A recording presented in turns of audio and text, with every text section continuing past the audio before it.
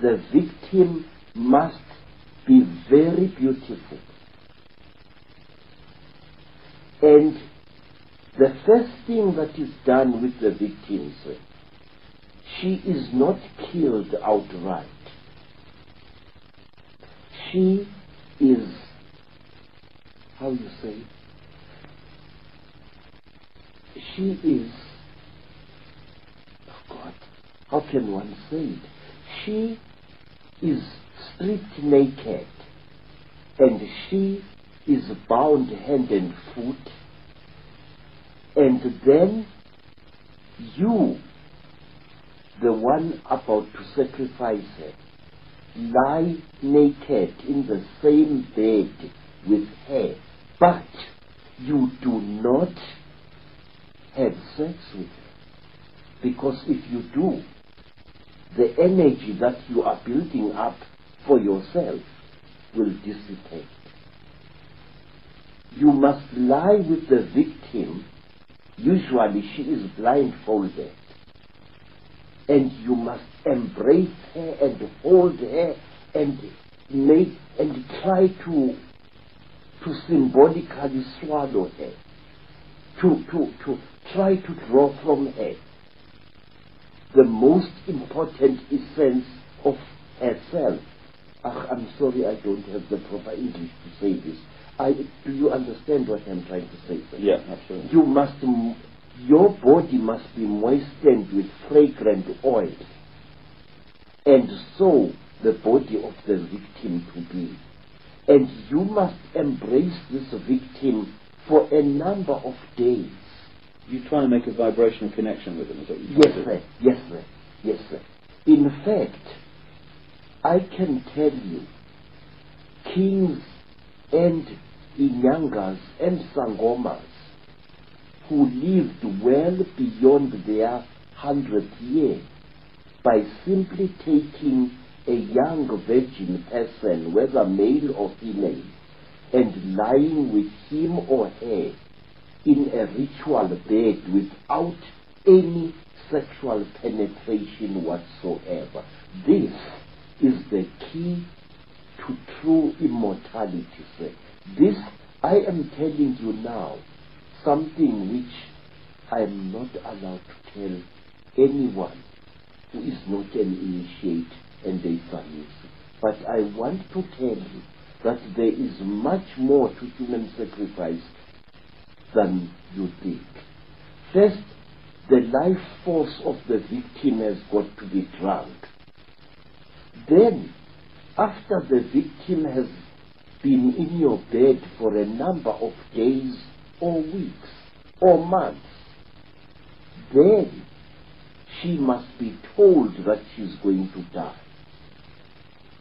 And she must be encouraged to try to escape. And she must be made to run. Run in a direction where you know there are people who will recapture her. When she is recaptured, she will have a particular smell on her, which is like that of an animal. You know, Mr. David, this may shock you as a white person, but I want to tell you this fact. Human sacrifice is much more than just cutting the throat of a victim. A long procedure is followed before. You drink the energy of this young person. A virgin girl radiates a severe heat, which is sometimes used by my people to save the life of a man or a woman who has been caught on a cold mountainside. You know, in Zululand, snow sometimes falls on the Ulundi mountains and other mountains. And sometimes you find that a man of importance has been caught in the terrible cold, and he is close to freezing to death. And the quickest way to save this man is to place him and a virgin girl on the same bed. The heat of the girl and the life force of the girl will actually bring this man back to life. Now, in human sacrifice, all over Africa and all over Europe, I know the life force of the victim-to-be is first absorbed in various ways. And one way of absorbing the life force of a human, a girl, is to frighten her very much, and then to take her intimate garment, such as her loincloth or painting, and to smell it. Through that, you absorb some of the life force of the girl. And then she must be frightened until great fear builds up inside her. She must be made to know that she is going to die. And under very ritual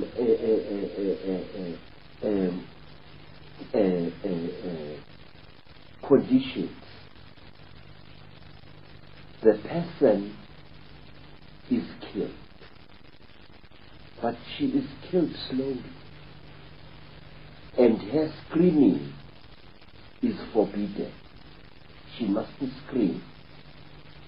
A tight piece of wax is often jammed into between the victim's jaws, a piece which she cannot swallow, and then she is killed.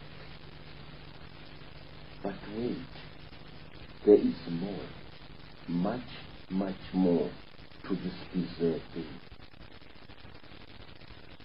The victim must bless you with her eyes as she dies. Sometimes the victim must be made to talk before she dies, which is why I was so horrified when I learned from various newspapers that after her terrible accident, Princess Diana had talked. That is how a human sacrifice victim is expected to do. She must talk. There is some kind of power that she releases by talking, which again benefits those whose victim she is. I'm convinced that she was ritually sacrificed. Yes, sir. And here is another thing, sir. When the victim, the more beautiful a victim is, the more you are supposed to stare at her, all of you. And when the victim dies, when she struggles in her last pain, all of you involved there, no matter how old you may be, ejaculate. Males or females, ejaculate. You must. Otherwise the magic will not work. So this is why you get, one of the reasons you get sexual activity so much involved in some of these rituals. Aha, yes. It is because as the victim dies, you feel such a great pity for her, such a love. She's a beautiful vessel being broken. And you feel the forces of rejuvenation coursing through your veins. You know, sir, this could be the reason why people who indulge in this form of ritual actually live for so long. But what is horrible is that the victim does not have to die in order to help her capital to extend his earthly life.